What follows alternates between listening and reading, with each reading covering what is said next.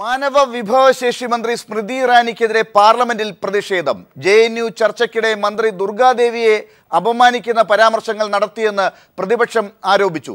രോഹിത് വെമുലയെ ചികിത്സിക്കാൻ അനുവദിച്ചില്ലെന്ന് മന്ത്രിയുടെ പ്രസ്താവനയും കള്ളമെന്ന് പ്രതിപക്ഷം. സ്മൃതി ഇറാനി പാർലമെന്റിൽ വെച്ച് രേഖകൾ കെട്ടിച്ചമച്ചതാണെങ്കിൽ നടപടിയെടുക്കുമെന്ന് രാജ്യസഭാ ഉപാധ്യക്ഷൻ PJ കുര്യൻ പറഞ്ഞു. ദളിത് വിദ്യാർത്ഥിയെ കേന്ദ്ര സർക്കാർ കൊന്നതാണെന്ന് സീതാറാം യെച്ചൂരിയുടെ വിമർശനം.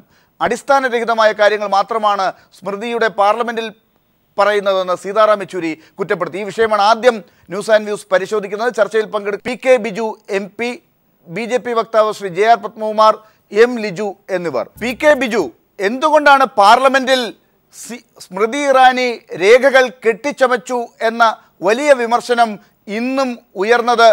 അതിൻ്റെ പേരിൽ സ്മൃതി ഇറാനി മാപ്പ് പറയണമെന്ന രീതിയിലേക്ക് കാര്യങ്ങൾ പോയത് പശ്ചാത്തലം എന്താണ്? ഡോക്ടർ ലാല്, ഇന്നലെ സ്മൃതി ഇറാനി പാർലമെന്റിൽ മറുപടി പറയുന്ന സമയത്ത് തന്നെ, മറുപടിയല്ല, യഥാർത്ഥത്തിൽ അവരുടെ ഇടപെടലാണ്.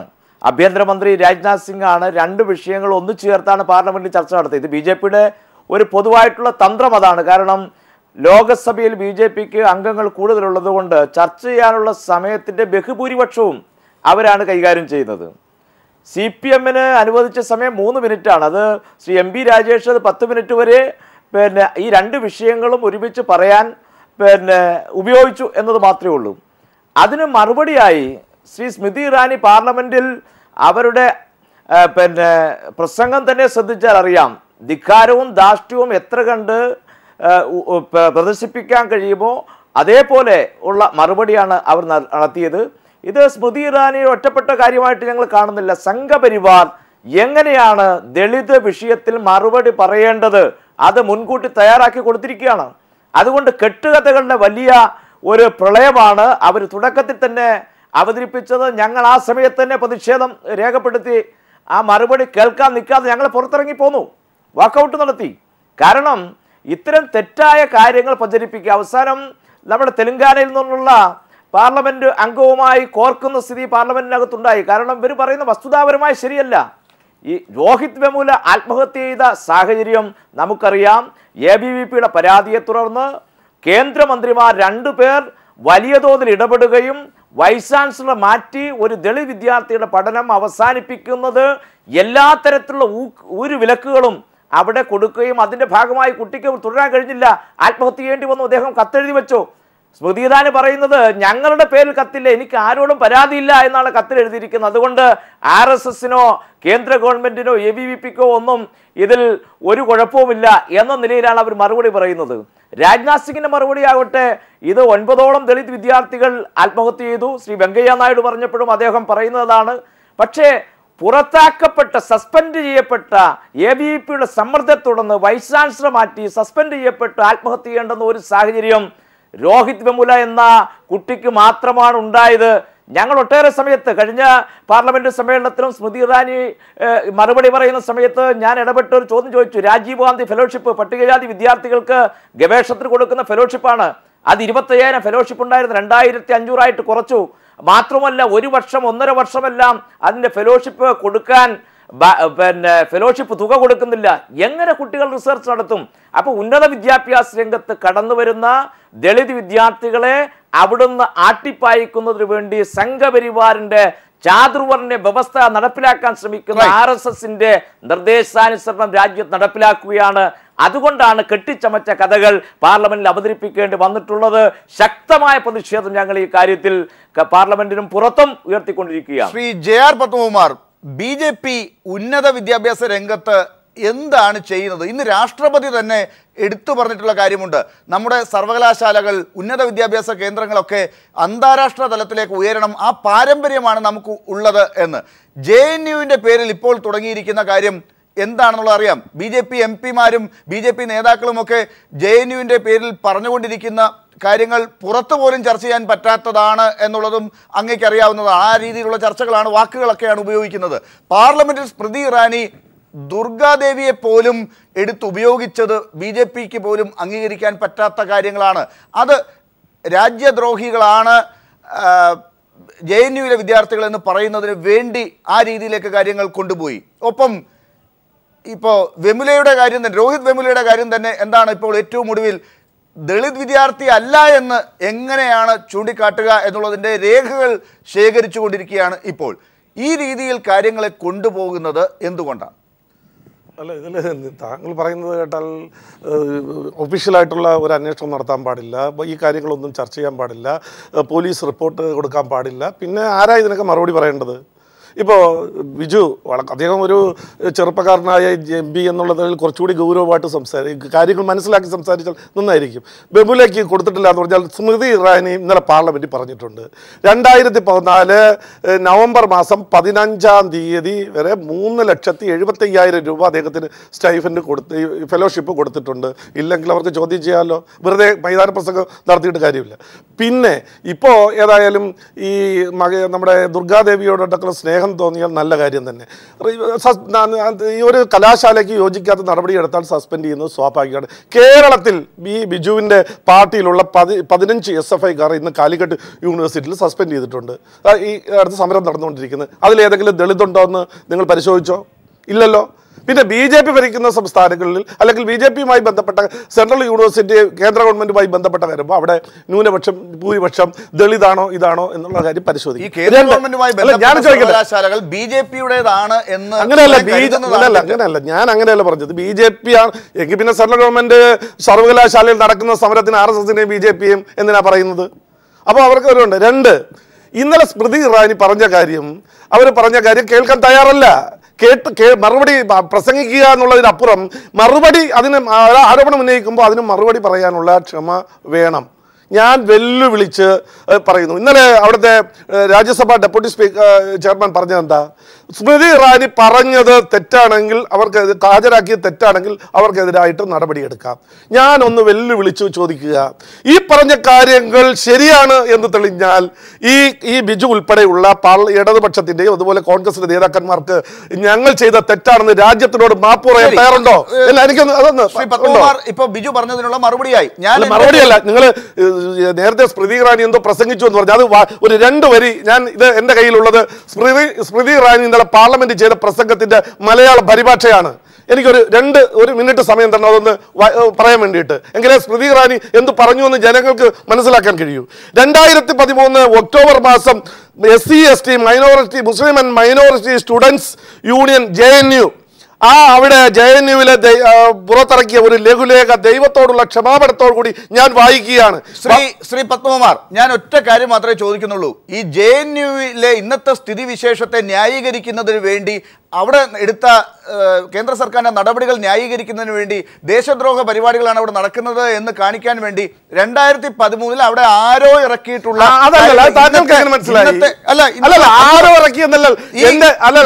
കനയ്യകുമാർ അവിടെ ജയിലിലാണ്, അല്ലെങ്കിൽ വേറെ 2-3 വിദ്യാർത്ഥികളെ ഇപ്പൊ പോലീസ് കസ്റ്റഡിയിൽ വെച്ചിട്ടുണ്ട്. ഇവരുമായി ബന്ധപ്പെട്ട കാര്യമല്ല. ഒരു പാംഫ്ലെറ്റ്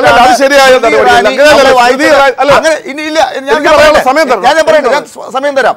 ഈ സ്മൃതി ഇറാനി വായിച്ച കാര്യത്തിനകത്ത് ദുർഗാദേവി അപമാനിച്ച കാര്യങ്ങൾ ഉണ്ട് എന്നുള്ളതാണ് ഒരു കാര്യം. അത് CPM-കാർ പറയുന്നതല്ല, അല്ലെങ്കിൽ മറ്റുള്ളവർ പറയുന്നതല്ല. അത് BJP പോലും എന്തുകൊണ്ട് അംഗീകരിക്കുന്നു? രണ്ടാമത്തെ കാര്യം, ഈ സ്മൃതി ഇറാനി പാർലമെന്റിൽ ഈ കാര്യങ്ങൾ ന്യായീകരിക്കുന്നതിന് വേണ്ടി ഈ പാംഫ്ലെറ്റ് അവിടെ കൊണ്ടുവന്നത് എന്ത് സാഹചര്യത്തിലാണ് എന്നുള്ളതിനെ കുറിച്ച് ചർച്ച നടക്കുമ്പോഴാണ് ഇന്നിപ്പോ BJP MP തന്നെയായിട്ടുള്ള ഉദിത് രാജ് ആ കാലഘട്ടത്തിൽ ഞങ്ങൾ ഈ പരിപാടിയിൽ പങ്കെടുത്തിട്ടുണ്ട്, ഞാൻ പങ്കെടുത്തിട്ടുണ്ട്, അത് ഞങ്ങളുടെ ഒക്കെ വിഭാഗത്തിൻ്റെ വിശ്വാസമാണ്, മഹിഷാസുരനെയും ദുർഗാദേവിയെയും കുറിച്ചുള്ള ഇത്തരം കാര്യങ്ങൾ ഞങ്ങളുടെ ഇടയിൽ ഉണ്ട് എന്ന് ഉദിത് രാജ് തന്നെ പറഞ്ഞിട്ടുള്ളത്. നിങ്ങൾ അത് തെറ്റിദ്ധരിപ്പിക്കരുത് ലാല്.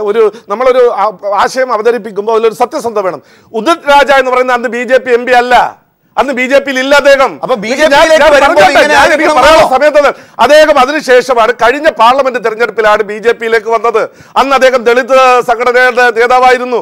അദ്ദേഹം ഇത് ന്യായീകരിക്കുന്നുണ്ട്, ഇങ്ങനെ ഒരു സംഭവം നടന്നിട്ടുണ്ട്. ഞാൻ വായിക്കാൻ എനിക്ക് അവസരം തരണം, എങ്കിലേ അതിൽ മനസ്സിലാവുള്ളൂ. ഇത്രമാത്രം വികൃതമായ കാര്യങ്ങളാണ് അവിടെ നടക്കുന്നത്. അതിൽ പറഞ്ഞിട്ടുള്ളത് ഏറ്റവും വിവാദപരമായ ഉത്സവമാണ് ദുർഗാപൂജ.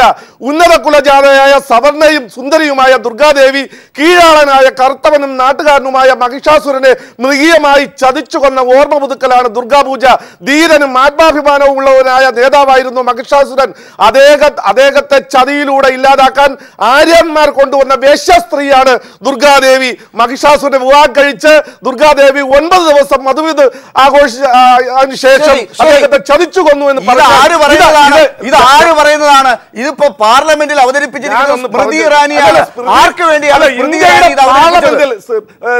ഇന്ത്യയുടെ പാർലമെന്റിൽ ഒരു മന്ത്രി പറയുന്ന കാര്യത്തിന് വിശ്വാസ്യത ഉണ്ടാവും, ആധികാരികത ഉണ്ടാവും. ഇല്ല എങ്കിൽ ചർച്ച ബിജു പാർലമെന്റേറിയനാണ്. അവിടെ നിങ്ങൾക്ക് ഇത് ഇന്നത്തെ സാഹചര്യത്തിൽ JNUവുമായി ബന്ധപ്പെട്ട് നടക്കുന്ന വിവാദത്തിൽപ്പെട്ട ഒരു തെളിവായി ഈ പാംഫ്ലെറ്റിനെ നിങ്ങൾ അംഗീകരിക്കുന്നുണ്ടോ? നിങ്ങൾക്ക് അതിനുള്ള തെളിവ് ലഭിച്ചിട്ടുണ്ടോ? ഡോക്ടർ ലാല്, ഇവിടെ പത്മകുമാർ ഒട്ടേറെ കാര്യങ്ങൾ ഇങ്ങനെ അവതരിപ്പിച്ചുകൊണ്ടിരിക്കുകയാണ്. ഒന്ന്, RSSന് കെട്ടുകഥകളെ അവതരിപ്പിക്കാൻ നല്ല പ്രാഗൽഭ്യമുള്ളവരാണ്. അവരുടെ പ്രധാനമന്ത്രി തന്നെ പറഞ്ഞു, പ്ലാസ്റ്റിക് സർജറി ഞങ്ങൾ കണ്ടുപിടിച്ചതാണ്. കാരണം ഗണപതിയുടെ കാലം മുതൽ ഇത് ഭാരത സംസ്കാരത്തിന്റെ ഭാഗമാണ് എന്ന്. അല്ല, ഞാൻ പറയുന്ന പത്മകുമാർ കേൾക്കൂ പത്മകുമാർ, നിങ്ങൾ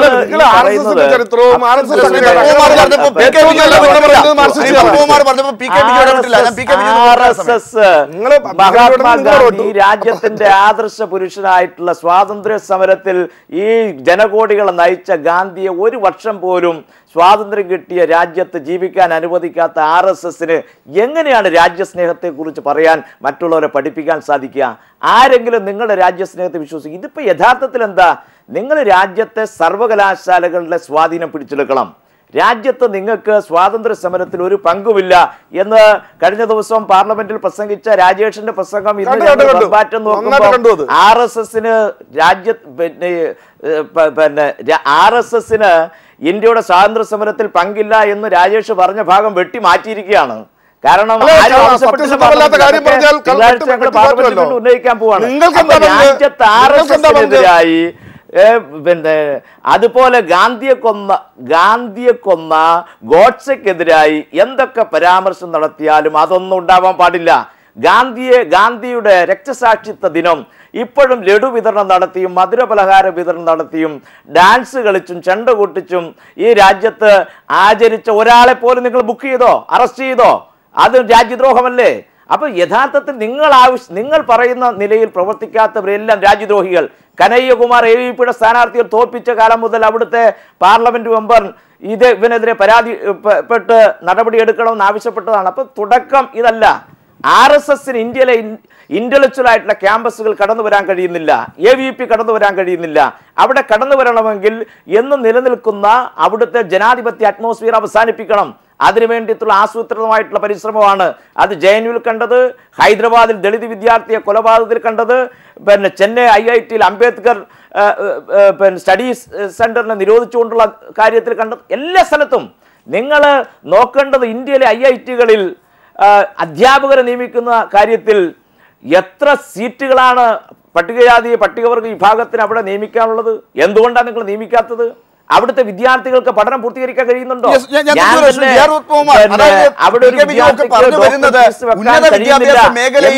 RSSന്റെ ഇടപെടൽ സ്മൃതി ഇറാനിയെ പോലെ ഒരു മന്ത്രിയെ കൊണ്ട് നടത്തിക്കുക.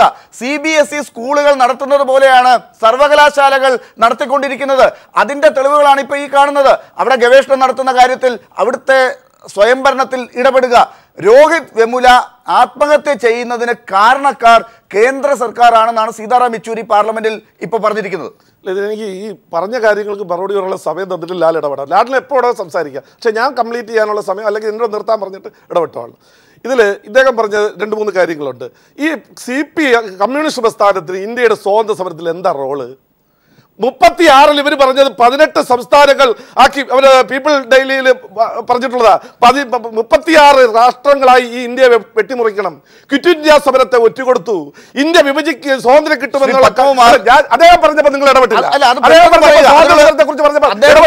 ഞാൻ ഒന്ന് വിശദീകരിക്കട്ടെ. ഞാൻ ഒരു മോഡറേറ്റർ എന്നുള്ള നിലയ്ക്ക് ഞാൻ ഒന്ന് പറയട്ടെ. PK ബിജു പറഞ്ഞത് RSSന് ഇങ്ങനെ ഒരു ചരിത്രമുണ്ട്, ആ ചരിത്രമാണ് സർവകലാശാലകളിൽ സർവകലാശാലകളിൽ നിങ്ങൾ അതല്ല കൊണ്ടുവരാൻ ചോദിക്കട്ടെ, CPM ഇങ്ങനെയൊക്കെയുള്ള ചരിത്രമുള്ള ആളുകളായതുകൊണ്ടാണോ നിങ്ങൾ സർവകലാശാലകളിൽ ഇങ്ങനെയൊക്കെ കൊണ്ടുവരാൻ ശ്രമിക്കുന്നത്? എനിക്ക് പറയാനുള്ള അവസരം തരണം, അതല്ലെങ്കിൽ നമ്മൾ ഇരുന്ന് സംസാരിച്ചിട്ട് കാര്യമില്ല. അദ്ദേഹം പറഞ്ഞ സ്വാതന്ത്ര്യ സമരത്തെ ആദ്യത്തെ സ്വാതന്ത്ര്യ മഹാത്മാഗാന്ധിയെ കുറിച്ച് പറഞ്ഞല്ലോ, ആദ്യത്തെ സ്വാതന്ത്ര്യ സമരത്തിൽ ഇന്ത്യൻ ബൂർഷ്വാസികളും ബ്രിട്ടീഷ് സാമ്രാജ്യത്വവാദികളും ചേർന്ന് ഇന്ത്യൻ ജനതയെ വഞ്ചിച്ച ദിനമാണെന്ന് പറഞ്ഞ് കരിങ്കൊടി ഉയർത്തിയ പാർട്ടി ആരാണ്?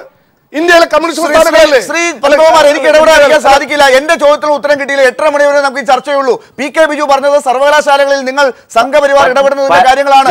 ആ കാര്യത്തെ കുറിച്ച് നിങ്ങൾ എന്ത്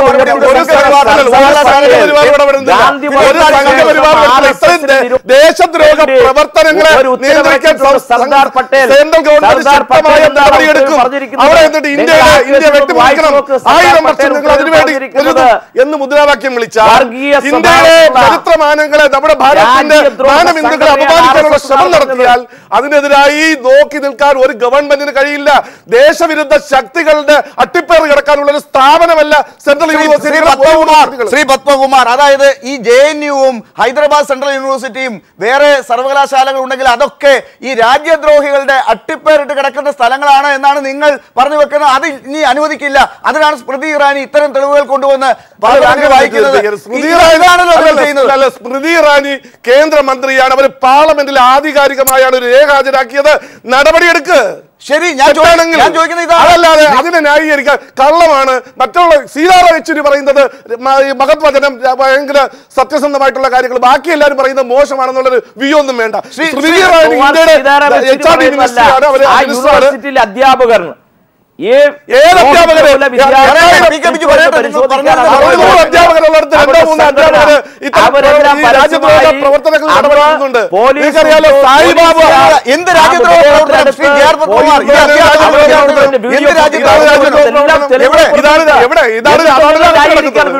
ജയിലിനകത്ത് നടക്കുന്നത് രാജ്യദ്രോഹ പ്രവർത്തനം നടത്തുന്നു. ഇപ്പൊ കനയ്യകുമാർ ഉൾപ്പെടെയുള്ളവർ ജയിലിനകത്ത് കിടക്കുന്നത് രാജ്യദ്രോഹ പ്രവർത്തനം. ഈ പാംഫ്ലെറ്റ് കൊണ്ടുവന്ന് വായിച്ചത് അതിനുള്ള തെളിവ്. ഇതാണ് അവരുടെ മറുപടി.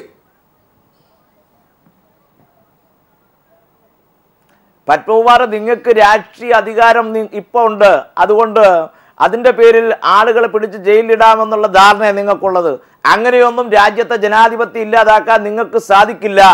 RSSന് ക്യാമ്പസിൽ കടന്നു വരാൻ ഇതുകൊണ്ട് സാധിക്കുമെന്ന് നിങ്ങൾ പ്രതീക്ഷിക്കുകയും വേണ്ട. നിങ്ങളുടെ ഈ ഭീഷണിക്കൊന്നും വിധേയമായി നിങ്ങളുടെ രാജ്യസ്നേഹികളെന്ന സർട്ടിഫിക്കറ്റ് RSSന്റെ കാര്യാലയത്തിന് കിട്ടിയിട്ടൊന്നും ഞങ്ങൾ പ്രവർത്തനം നടത്താൻ ഉദ്ദേശിക്കുന്നില്ല. രാജ്യത്ത് ഇന്ത്യയിലെ ഗവൺമെന്റ് അംഗീകരിച്ച ഇന്ത്യയിലെ ഭരണഘടനയുണ്ട്. ആ ഭരണഘടന അനുസരിച്ച് ഫ്രീഡം ഓഫ് സ്പീച്ചും എക്സ്പ്രഷനുമുള്ള അവകാശം എല്ലാവർക്കും ഉണ്ട്. അത് മുന്നോട്ട് ഞങ്ങൾ കൊണ്ടുപോകുക തന്നെ ചെയ്യും. ബിജു, ഞാനൊന്ന് ചോദിച്ചിട്ടെ, ഇപ്പോഴും അവിടുത്തെ ജനറൽ സെക്രട്ടറി ജഗഡാളാ അവിടെ ഈ കനയ്യകുമാറിനെ തോൽപ്പിച്ചത് കനയ്യകുമാർ ജയിച്ചത് നിസ്സാര വോട്ടിനാണ്. ഇന്ത്യയിലെ വിദ്യാർത്ഥി യൂണിയൻ എന്നുള്ള നിലയിൽ ABVP ഇന്ത്യയിലെ ഏതൊക്കെ സംസ്ഥാനങ്ങളിൽ ഏതൊക്കെ യൂണിവേഴ്സിറ്റികളിൽ ഉണ്ട് എന്നുള്ള കാര്യം ബിജുവിന് അറിയാമല്ലോ. രാജിവെച്ചു പോയത് അങ്ങ് ഈ സംഭവത്തോടു കൂടി അറിഞ്ഞോ?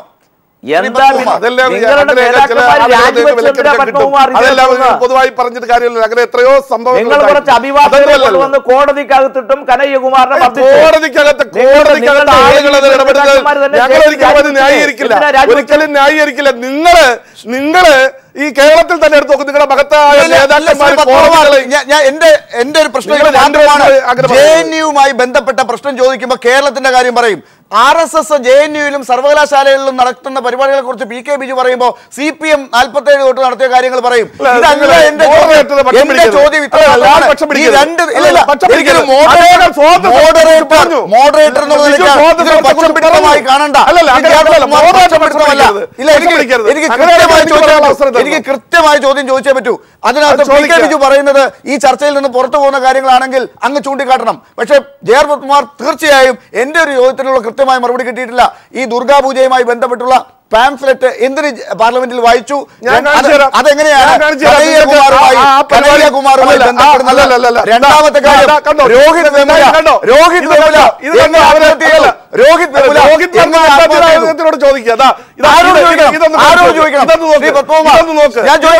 ശരി, ഞാൻ ചോദിക്കട്ടെ, രോഹിത് വെമുല എന്തിന് ആത്മഹത്യ ചെയ്തു?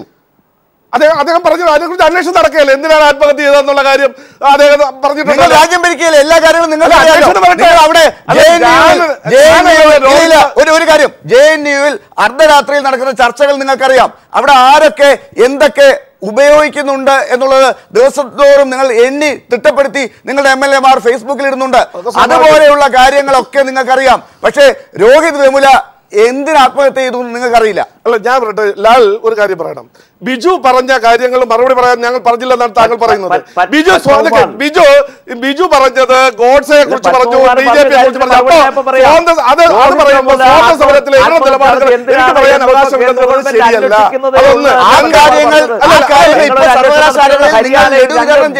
ആഘോഷിക്കുന്നു എന്നാണ് ബിജു പറഞ്ഞത്. ദണ്ഡാവാഡയിൽ 78ഓളം സൈനികര് മരണപ്പെട്ട സമയത്ത് ലഡു വിതരണം ചെയ്ത JNUവിലാണ്. നമ്മൾ തമ്മിൽ തർക്കിച്ച് ബിജുവിന് പറയാനുള്ള അവസരങ്ങൾ കൂടി പോകുന്നുണ്ട്. ഞാൻ ഉണ്ടായിരുന്നു കൊടുക്കാം. ബിജു പറഞ്ഞതിനകത്ത് എന്താണ് ഈ സർവകലാശാല തല്ലിക്കൊന്നത് ദാദ്രിയിൽ രാജ്യത്തെ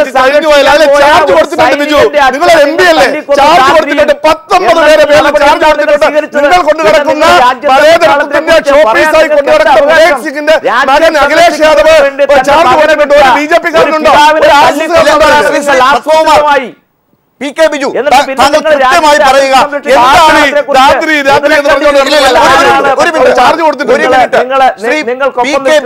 ശ്രീ PK ബിജു ഇതെങ്ങനെയാണ് ദളിത് പീഡനം ആകുന്നത്? രോഹിത് വെമുലയുടെ ആത്മഹത്യയുമായി ബന്ധപ്പെട്ട് കേന്ദ്ര സർക്കാർ എങ്ങനെയാണ് പ്രതിയാകുന്നത്? JNUവിൽ എന്തുകൊണ്ടാണ് രാജ്യദ്രോഹ പ്രവർത്തനം നടത്തുന്നത് എന്ന് ഈ പാംഫ്ലെറ്റ് വെച്ച് സ്മൃതി ഇറാനി പറയുമ്പോൾ അത് നിങ്ങൾക്ക് ദഹിക്കാത്തത് എന്തുകൊണ്ടാണ്? ഈ രണ്ട് കാര്യങ്ങൾ ചുരുക്കി ഒന്ന് പറയാമോ? ലാല്, ഒന്ന്, രോഹിത് വെമുല എന്തുകൊണ്ടാണ് കേന്ദ്ര ഗവൺമെന്റ് അതിന് മറുപടി പറയണമെന്ന് ഞങ്ങൾ പറഞ്ഞത്. കാരണം രോഹിത് വെമുല അവിടെ അവര് ഒരു സിനിമാ പ്രദർശനം നടത്തിയതിന്റെ പേരിൽ പ്രകടനം അവിടെ സംഘടിപ്പിച്ചതാണ്. അത് സർവകലാശാലയ്ക്കകത്താണ്.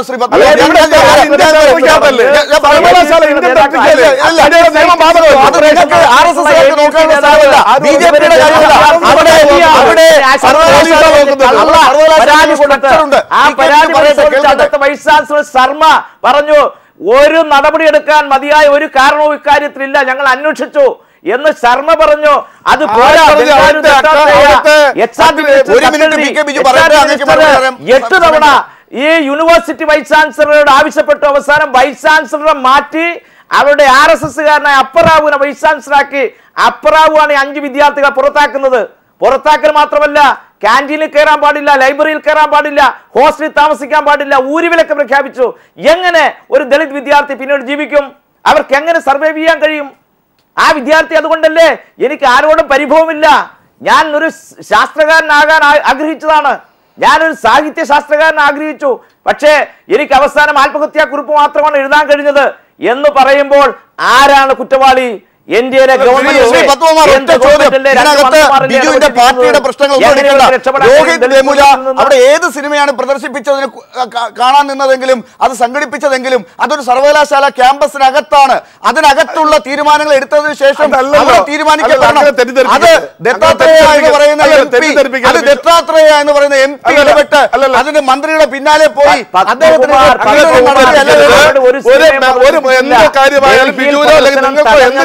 ഉണ്ടായാലും ഇന്ത്യയുടെ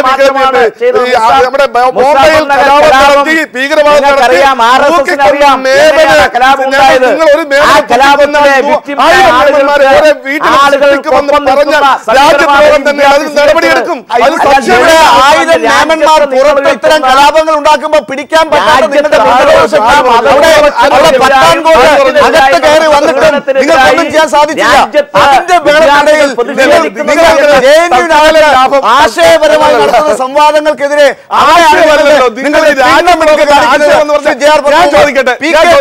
PK ബിജു ജയകുമാർ പറയുന്നത് BJP രാജ്യ സുരക്ഷയ്ക്ക് വേണ്ടി ദേശദ്രോഹ പ്രവർത്തനങ്ങൾ നടക്കുന്ന അത്തരം ആശയ സംവാദങ്ങൾ നടക്കുന്ന യൂണിവേഴ്സിറ്റിക്കകത്ത് ഇടപെടും എന്നോടാണോ? PK ബിജു അല്ല, എന്നോടാണെങ്കിൽ നിങ്ങളുടെ ആശയ സംവിധാനം ഇന്നലെ നിങ്ങളുടെ ഇടുക്കി ജില്ലയുടെ വലിയൊരു നേതാവിനെതിരെ നടപടി എടുത്തിട്ടുണ്ട്. ആവിഷ്കാരം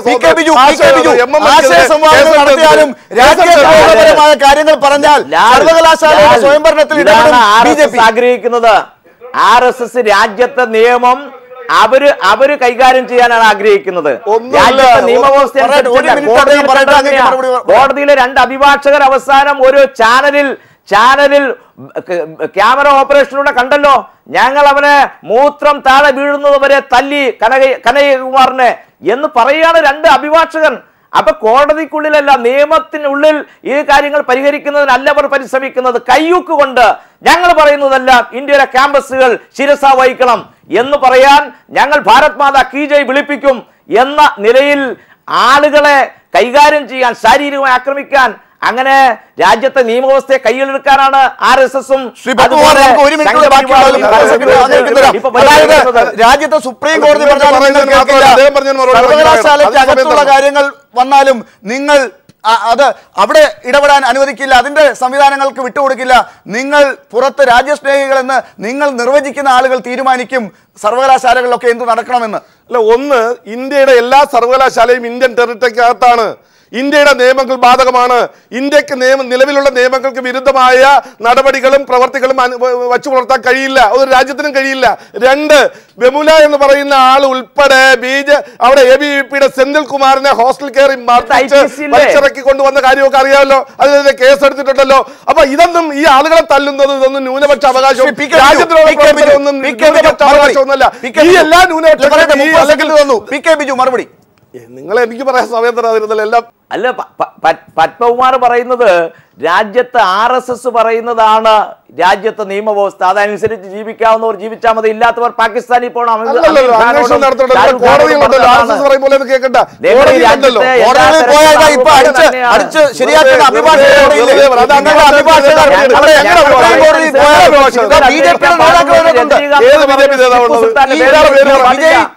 വിജയ് ചൗഹാൻ ഒന്നും BJP അല്ല, BJPക്ക് അതിനൊരു ബന്ധവും. ഓരോ ദിവസവും വരികയാണ് സാക്ഷി മഹാരാജിനെ പോലെയുള്ള ആളുകൾ. നിങ്ങളുടെ യെച്ചൂരി നടത്തുന്നതാണ് രാജ്യദ്രോഹം. മേമനെ തൂക്കിക്കൊന്ന ദിവസം ആദ്യം പ്രകാശ് കാരാട്ട് പറഞ്ഞത് എന്താ? മുസ്ലിം ആയതുകൊണ്ട് എന്ന് പറഞ്ഞത് രാജ്യദ്രോഹമാണ്. നിങ്ങൾ സൂക്ഷിക്കുക, യെച്ചൂരി മേമനെ കുറിച്ച് എന്തെങ്കിലും പറഞ്ഞിട്ടുണ്ടെങ്കിൽ അതാണ് രാജ്യദ്രോഹം. ഇനി കനയ്യകുമാറിന്റെ സ്ഥാനത്തേക്ക് ഇതൊക്കെ കാണുന്നുണ്ട്, ഇന്ത്യയിലെ ജനങ്ങൾ ഇതൊക്കെ കാണുന്നുണ്ട് ബിജു, ഒരു സംശയമുണ്ട്. അതുകൊണ്ടാണ് ഈ ദേശദ്രോഹ പ്രവർത്തനങ്ങൾ നിങ്ങൾ നടത്തുന്നതുകൊണ്ടാണ് ഇന്ന് ഈ ഒരു